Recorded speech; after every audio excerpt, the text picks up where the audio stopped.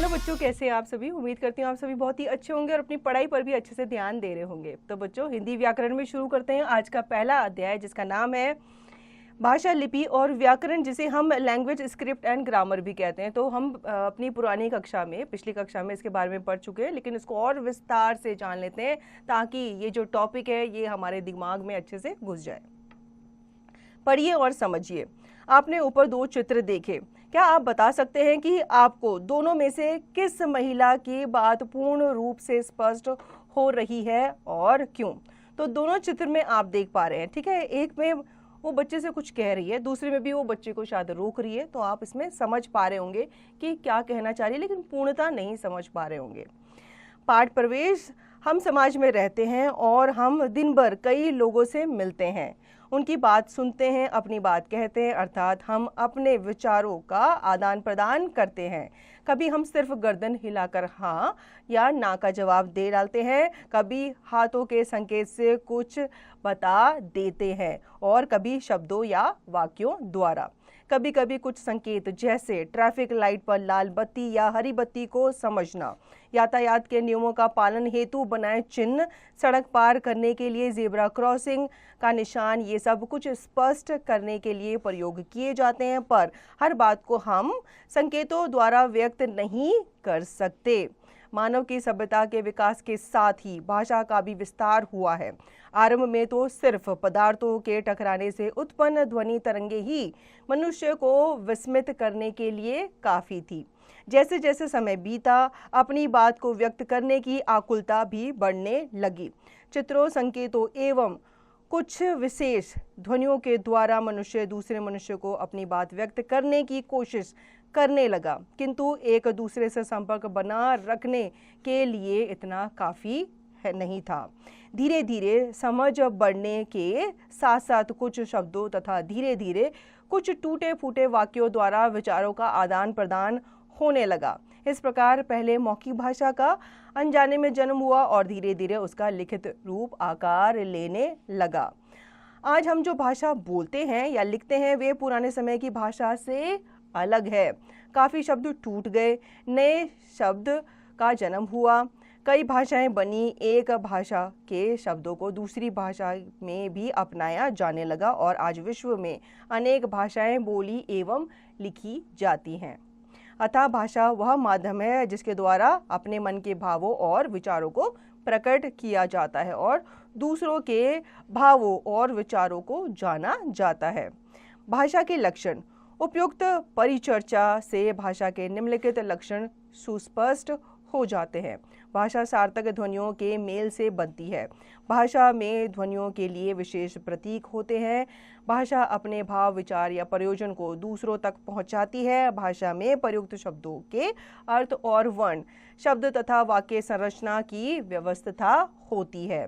मनुष्य के विचारों का आदान प्रदान करने का माध्यम ही क्या है? भाषा है। अब भाषा के रूप हमें पता ही है, लेकिन इन्हें विस्तार से दोबारा से जान लेते हैं। भाषा के दो रूप होते हैं, मौखिक भाषा, लिखित भाषा।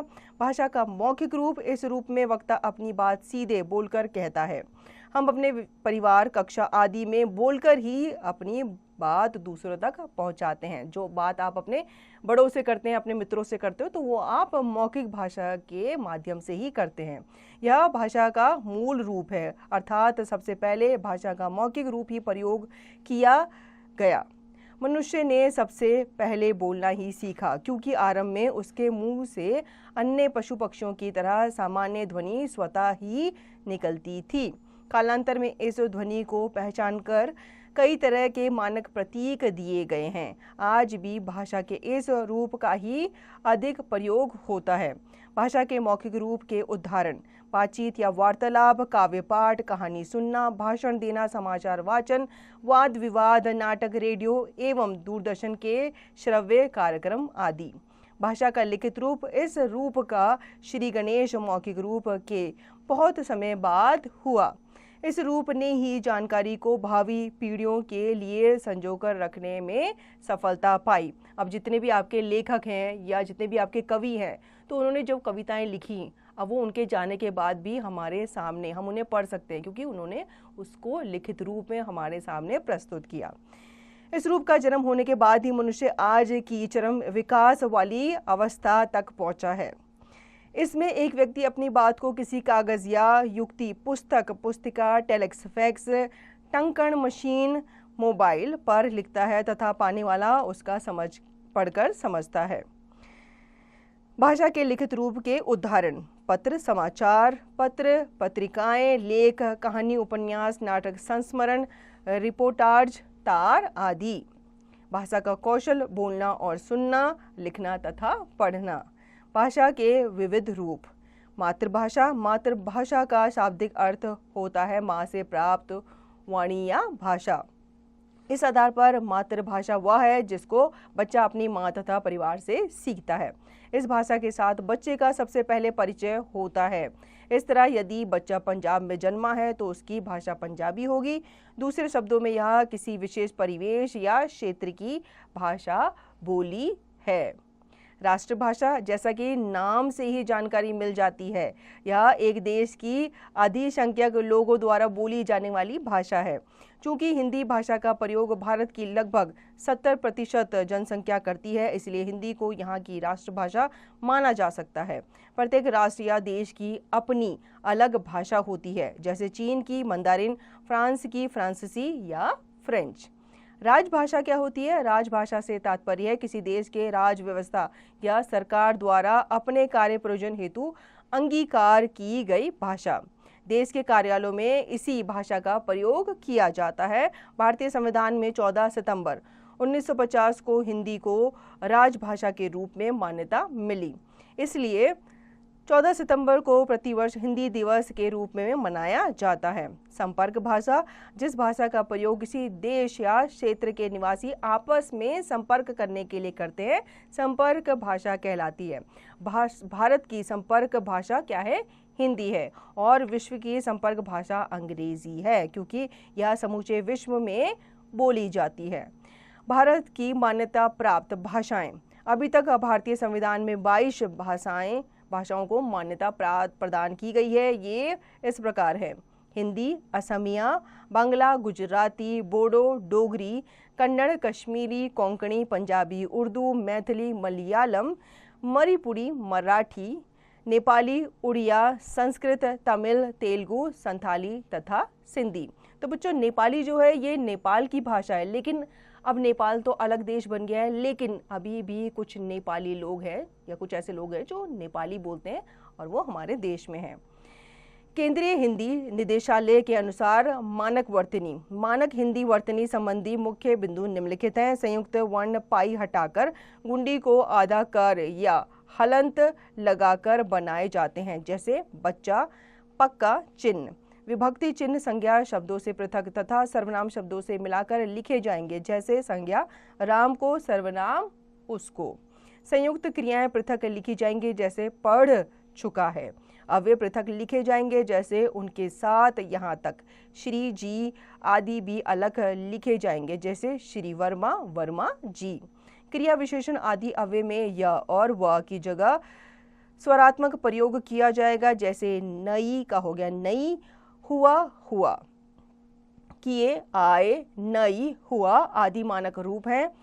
जहाँ यह शब्द का मूल तत्व हो वहाँ वह यह ही रहेगा, जैसे स्थायी, अव्यय भाव, दायित्व आदि में य के स्थान पर ई नहीं आएगा। संयुक्त व्यंजन के रूप में पंचमाक्षर के स्थान पर अनुस्वार ऐसे बिंदु आएगा, अनुस्वार, ठीक है, वह अनुनासिक चंद्र बिंदु दोनों चिन्ह प्रयोग में आएंगे।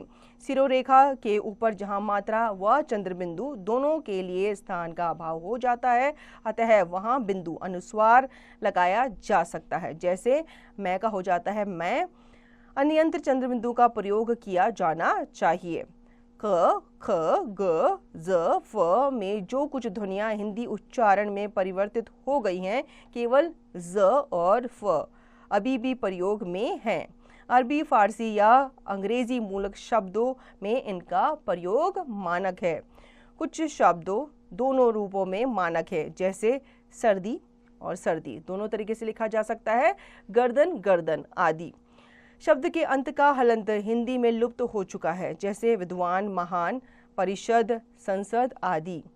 तत्सम शब्दों में तीन व्यंजनों के संयोग की स्थिति में एक द्वित्व मूलक व्यंजन लुप्त हो गया है, उसे न लिखने की छूट है, जैसे अर्ध, अर्ध, तत्व, तत्व। तत्सम शब्दों के तद्भव हो जाने पर विसर्ग का लोप हो जाता है, जैसे दुहख, दुख।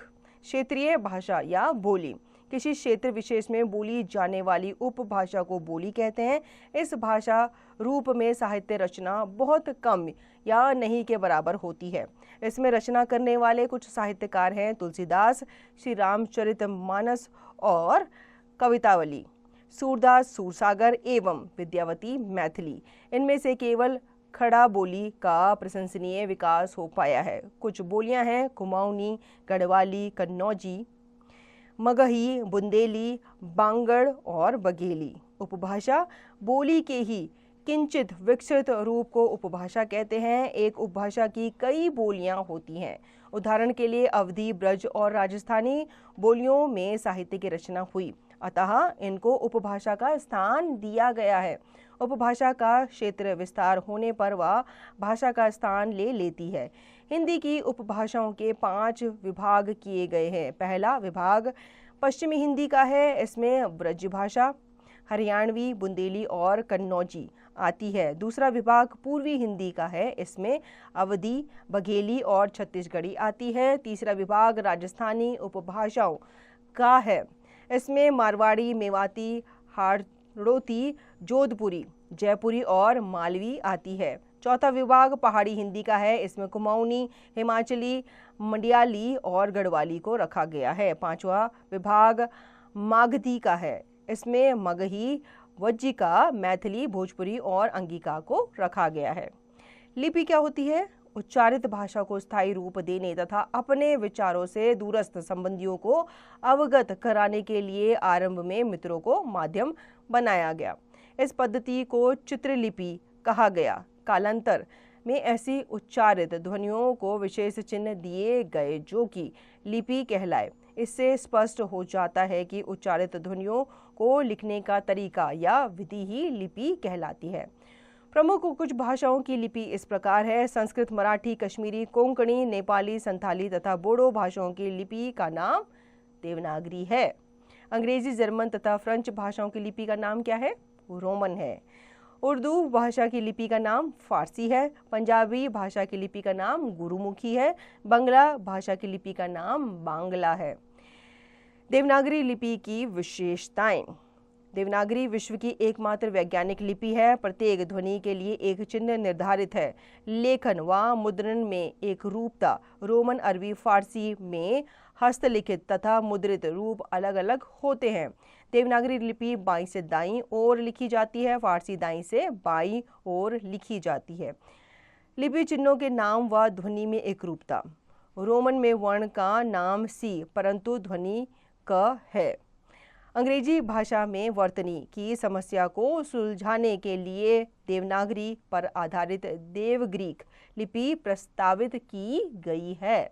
कंप्यूटर पर यूनोकोड द्वारा देवनागरी में लिखे गए लेख को किसी भी भाषा में अनुवाद किया जा सकता है। साहित्य। किसी भाषा के संचित ज्ञानकोश को साहित्य कहा जाता है। साहित्य 2 प्रकार के होते हैं, गद्य साहित्य और पद्य साहित्य। गद्य साहित्य क्या होता है? तुकबंदी तथा लय से रहित सरल वाक्यों में लिखे गए ग्रंथादिक गद्य साहित्य की कोटि में आते हैं।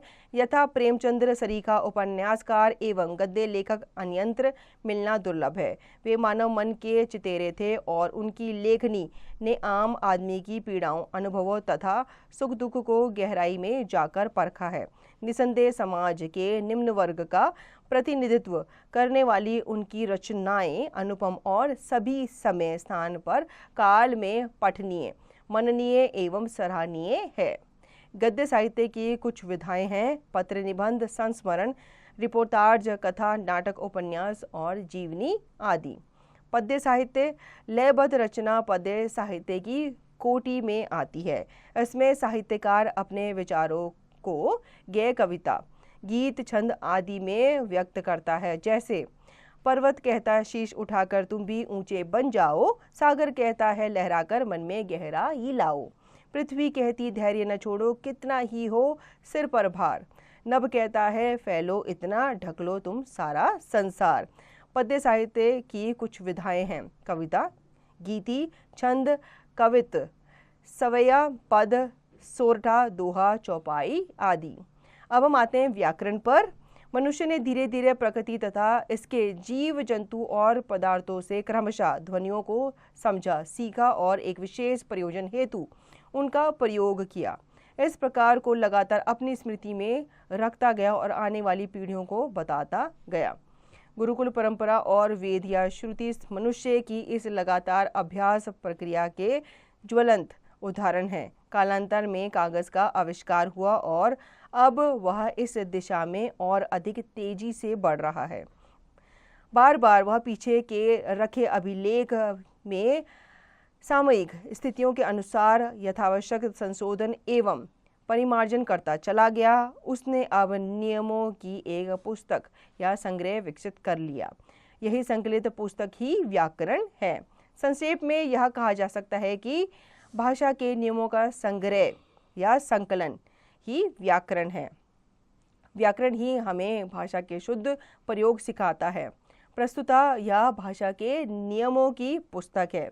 किस वर्ण, शब्द और वाक्य का प्रयोग कहाँ और कैसे करना है, इसका ज्ञान व्याकरण और इसके नियम ही करवाते हैं। यह भाषा के नियत निर्धारित करने वाला विज्ञान है। अब व्याकरण के अंग क्या हैं? व्याकरण के अंग होते हैं वर्ण विचार, शब्द विचार और वाक्य विचार, जिसके बारे में हम अपनी पिछली कक्षाओं में जान चुके हैं। तो बच्चों, इस पाठ में हमने सीखा भाषा इस संसार के सभी प्राणियों के भाव और विचारों का समाज या समुदाय के दूसरे सदस्यों के साथ विचार विनिमय का एक साधन है। भाषा के इस समय प्रचलित दो रूप हैं, मौखिक और लिखित रूप। इसका आरंभ संकेतों और चित्रलिपियों से हुआ। कालांतर में उन रूपों को अव्यवहारिक समझा गया और इन दो रूपों का सृजन हुआ। भाषा का मौखिक रूप सबसे पहले अस्तित्व में आया। आज भी इसी रूप का वर्चस्व अधिक है। भारतवर्ष की राजभाषा हिंदी है। उच्चरित ध्वनियों को लिखने के ढंग को लिपि कहते हैं। हिंदी भाषा के नियमों का संग्रह या संकलन ही व्याकरण है। अब बच्चों, इस पाठ में हमने भाषा, लिपि और व्याकरण के बारे में सीखा। अब हमने क्या जाना वो भी हम जान लेते हैं। क्या सीखा इस पाठ में से, सोचकर बताइए। भाषा के उद्भव की परिस्थितियों और भाषा के क्रमिक विकास के बारे में बताइए। तो पहले के ज़माने में क्या होता था, जो लोग हुआ करते थे वो इशारों से, संकेतों से बात किया करते थे। ठीक है, कालांतर में उन रूपों को अव्यवहारिक समझा गया और इन दो रूपों का सृजन हुआ। कौन कौन से? मौखिक और लिखित रूप। इसी प्रकार से आप बाकी के प्रश्न पढ़ेंगे और इनका उत्तर देंगे। अब लिखिए, सही विकल्प पर सही का चिन्ह लगाइए। भारत के संविधान में सम्मिलित 22 भाषाएं हैं। कौन कौन सी है? अनुसूचित भाषाएं, गौण भाषाएं, बोलियां और राजभाषाएं। तो ये सारी की सारी गौण भाषाएं हैं। ठीक है, इसी प्रकार से आप बाकी के प्रश्न पढ़ेंगे और इन्हें आप सही विकल्प को सही से टिक लगाकर पूर्ण करेंगे।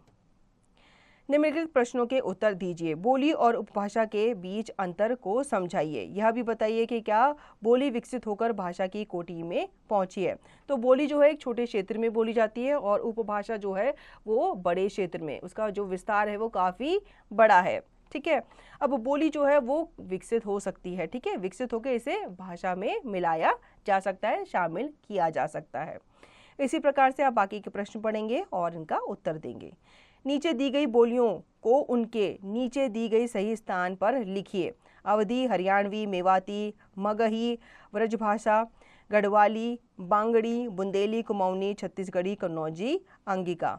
तो यहाँ पे पश्चिमी हिंदी, पूर्वी हिंदी, राजस्थानी, पहाड़ी हिंदी, मगधी। तो पहाड़ी में जैसे आपकी गढ़वाली आ जाती है, कुमाऊनी आ जाती है। ठीक है, राजस्थानी में आपकी मेवाती आ जाती है, मगही आ जाती है। इसी तरीके से आप सारी भाषाओं को अलग अलग करके लिखेंगे। चौथा है बच्चों, रिक्त स्थानों की पूर्ति कीजिए। भारतवर्ष में बहुत सी 5 उपभाषाएं और 22 भाषाएं प्रचलित हैं। इसी प्रकार से आप बाकी के रिक्त स्थान पूर्ण करेंगे। पांचवा, यह बताइए कि निम्नलिखित स्थितियों में भाषा के किस रूप का प्रयोग होगा। जब आपको विद्यालय में देर हो गई है और माताजी आपसे संपर्क करना चाहती हैं तो यहाँ पे आपकी माताजी आपको कैसे संपर्क करेंगी, वो आपको फ़ोन करेंगी, तो यहाँ पे मौखिक भाषा का प्रयोग होगा। इसी तरीके से आप बाकी की जो पंक्तियाँ हैं उन्हें पढ़ेंगे और बताएंगे कि इसमें भाषा का कौन सा रूप प्रयोग किया होगा। आओ करके देखें, पुस्तकालय में जाकर प्रमुख साहित्यकारों तथा उनकी गद्य या पद्य विद्या में की गई रचनाओं के बारे में जानकारी एकत्रित कीजिए। इसको संक्षेप में अपनी उत्तर पुस्तिका में लिखिए। इसके लिए आप इंटरनेट का प्रयोग भी कर सकते हैं। इस पुस्तिका में उनकी लिखी गई पुस्तकों के नाम और कुछ विशेषताओं को भी लिखिए। तो ये काम आपको बच्चे करना है लाइब्रेरी में जाकर। लाइब्रेरी में जाना है आपको, कुछ प्रमुख साहित्यकारों की जो लिखी हुई रचना है, जो गद्य हैं, पद्य हैं, उनकी आपको जानकारी एकत्रित करनी है। ज्ञानपरक विश्व की विभिन्न भाषाओं में हिंदी का स्थान विश्व पर कक्षा में विचार गोष्ठी कीजिए। तो आपको विचार करना है इस शीर्षक पर कि विश्व में विभिन्न भाषाओं में हिंदी का स्थान कहाँ पर है। इस विषय पे आप कक्षा में विचार विमर्श करेंगे। तो बच्चों, आशा करती हूँ आपको ये अध्याय अच्छे से समझ में आ गया होगा। इस अध्याय को आप पुनः दोहराएंगे और इसका निरंतर अभ्यास आप करते रहेंगे।